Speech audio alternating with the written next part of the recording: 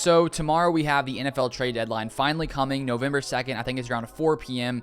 And so with that happening, I think there's some question as to whether or not, trades are going to get done for different teams around the NFL. So I'm thinking right now, are the Packers going to make a trade before tomorrow's deadline, or will they just end up doing nothing? I think honestly, either way makes sense, just because I think there are a few different areas that could potentially make sense that the Packers want to maybe add some depth or add some more firepower to. So I could see it happening, in the realms, of course, of the salary cap, because right now the Packers have about $5 million in cap space remaining. So there are a few different guys that maybe I think could make sense for the Packers. I don't know if it'll actually happen, but I want to sort of go through some of these different guys. I also have some comments from you guys who said, guys, you want to go target. So I'm going to go through some of those as well. And if you guys have yet to subscribe, you want to see more Packers content, make sure you guys subscribe to the channel down below. So I asked you guys earlier this morning on my community tab thing, and I said, will the Packers make a trade before the trade deadline? We have 12% say definitely. We have 40% say there is a chance.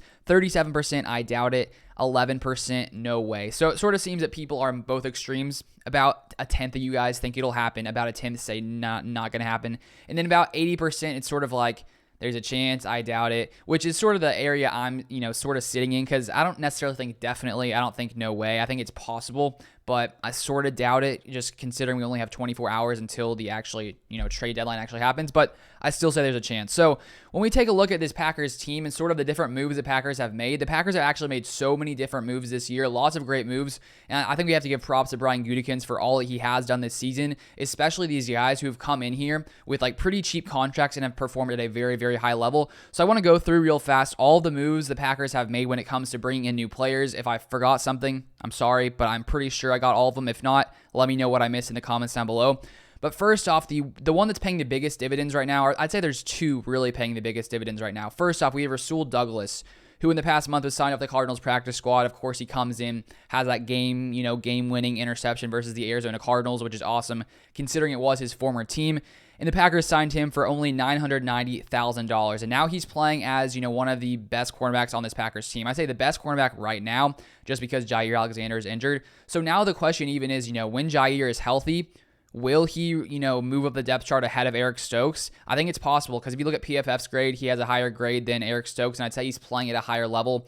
In the few games he has played, he's playing better than Eric Stokes. So, luckily for the Packers, maybe now they could use Eric Stokes, Jair Alexander, as well as Rasul Douglas. Maybe that keeps Kevin King on the side. We'll have to see what happens, but just the fact that the Packers have been able to get a guy like Rasul Douglas playing at that level, and the fact that this is now questioned, is he going to replace Kevin King? I think that's good. The Packers were able to get someone for $990,000, which, of course, in the NFL, it's not much money. In real life, it's a lot of money. And then I'd say the best move that the Packers made this offseason, Brian Gutekunst making this move, signing Devondre Campbell to only a $2 million contract. And right now, he's probably, one of the best, top 3, top 5 middle linebackers in the NFL.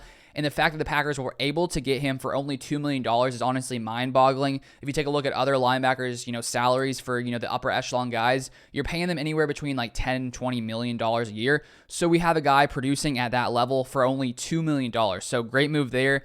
Then we traded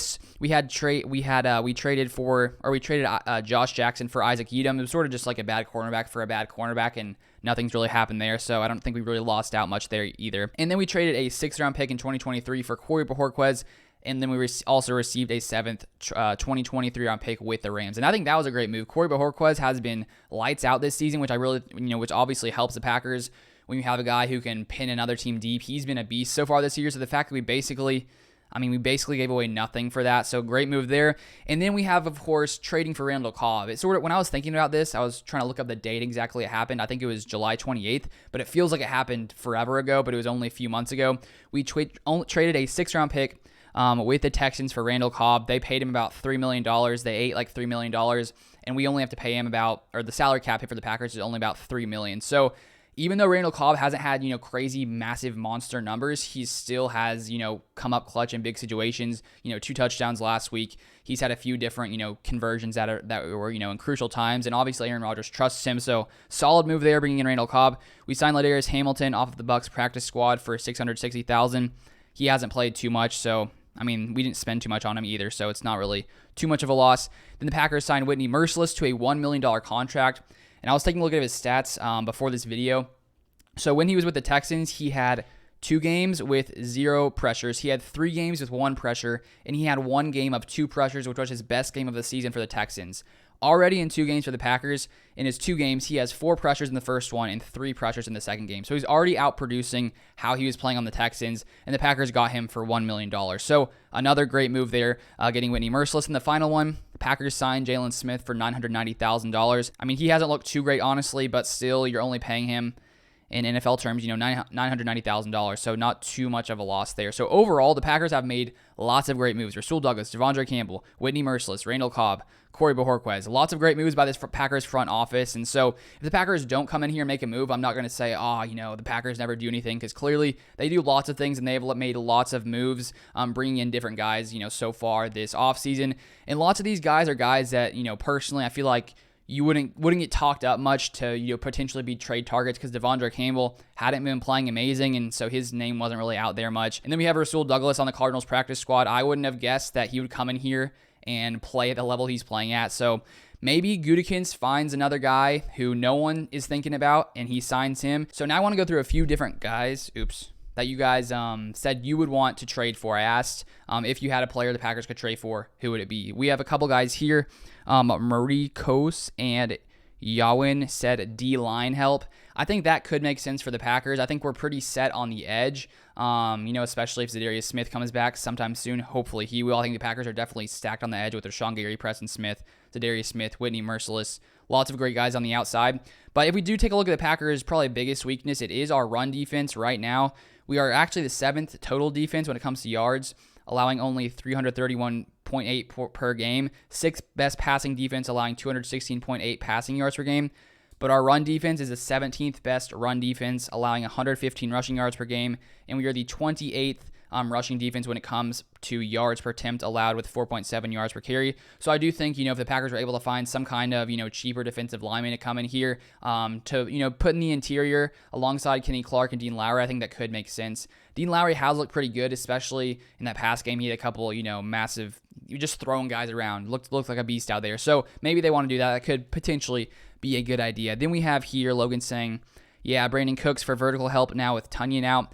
Yeah, and Brandon Cooks is a guy that I could see making sense here, just because his salary, I'm pretty sure, would fit into what the Packers basically have left at, for their salary cap for the year. And I do think the Packers would be fine if they don't make any trades. I think we're, pretty much set when it comes to our offense, but obviously anything else could help. But also to maybe bring in a wide receiver, just because if we deal with more injuries or, things like that later in the season, it would be nice to have a little bit more depth out there just in case. I did see recently that the Texans have no plan of trading Brandon Cooks, so I don't think it could happen, but I wouldn't mind if somehow it did happen. Then we have Kyle saying Ertz or Gilmore would have been nice. That would have been nice. Stephon Gilmore to the Panthers, Ertz to the Arizona Cardinals. Didn't get those guys. Then we have Johnny Swish saying David Njoku, Devontae Parker, Jonnu Smith. The thing is with David Njoku, I mean, he's a solid player. I just don't see the Browns trading him at all. He's like their leading weapon right now. He has the most yards on the Browns at 323 yards overall. So I don't see the Browns trading him, because they're not a team that's, I'd say, out of the run, yet. I don't see them trading him. Then we have Devontae Parker. His cap hit's too high. He has a $12 million cap hit for this season. And also, you take a look at him, I feel like the Dolphins are a team that may end up trading for Deshaun Watson sometime in the future. Unless it happens today, it'll probably happen in the offseason, and the Dolphins are, one of the teams that have been talked about the most. And I just don't know if they're going to trade away some of their weapons if they're about to trade for, a guy like Deshaun Watson. You would think they would want to keep their, young, talented wide receivers there. I don't necessarily see that one happening. Then we have Jonnu Smith. He just did sign a 4-year, $50 million contract with the Patriots, so I don't see that one happening as well. But all those guys would be nice. I wouldn't be opposed to those guys in this team. I just don't see those guys coming here to Green Bay. Then we have Durante McDaniel says OBJ. I would love to have Odell Beckham on this team, just to imagine Devontae alongside Odell Beckham. I just don't see it happening, just because, I don't see the Browns trading him right now to the Packers. I don't know if the Packers would really want to do that. Plus, I don't think it even would make any, I don't think it's possible when it comes to the salary cap. Plus, Odell has been struggling. I think it's partly Baker Mayfield's fault. They seem to have some connection issues. So I think maybe Odell Beckham is struggling a little bit, partly because of that, but also he has been just not doing too great. So I'm not exactly sure. I don't think that one's going to work. All right, then we have Parker Hilt says Ingram or Hurst or Gesicki. Yeah, and that's one that I think if I had to, pick one the Packers could potentially do now, obviously right after losing Robert Tonyan. Maybe Evan Ingram, we talked about that yesterday. He has struggled a little bit this year, but if you take a look at PFF's grade, he was 54th for tight ends. Robert Tonyan, I think, was 55th. And when we take a look at run blocking, he hasn't been great, 46.1 run blocking grade, but Robert Tonyan hasn't been that much better through the season. He had a 47 run blocking grade. So overall, I think Evan Ingram over to the Packers, it could elevate his play. He's a similar run blocker, at least when it comes to Robert Tonyan. So I think that could potentially make sense, and I don't think he's going to cost too much. So that could make sense. Then we have Hayden Hurst, who, of course, the Falcons coming in, drafting Kyle Pitts. He's been a beast so far for them, and because of him obviously being there, Hayden Hurst hasn't produced that much this season, only 18 receptions, 142 yards and a touchdown.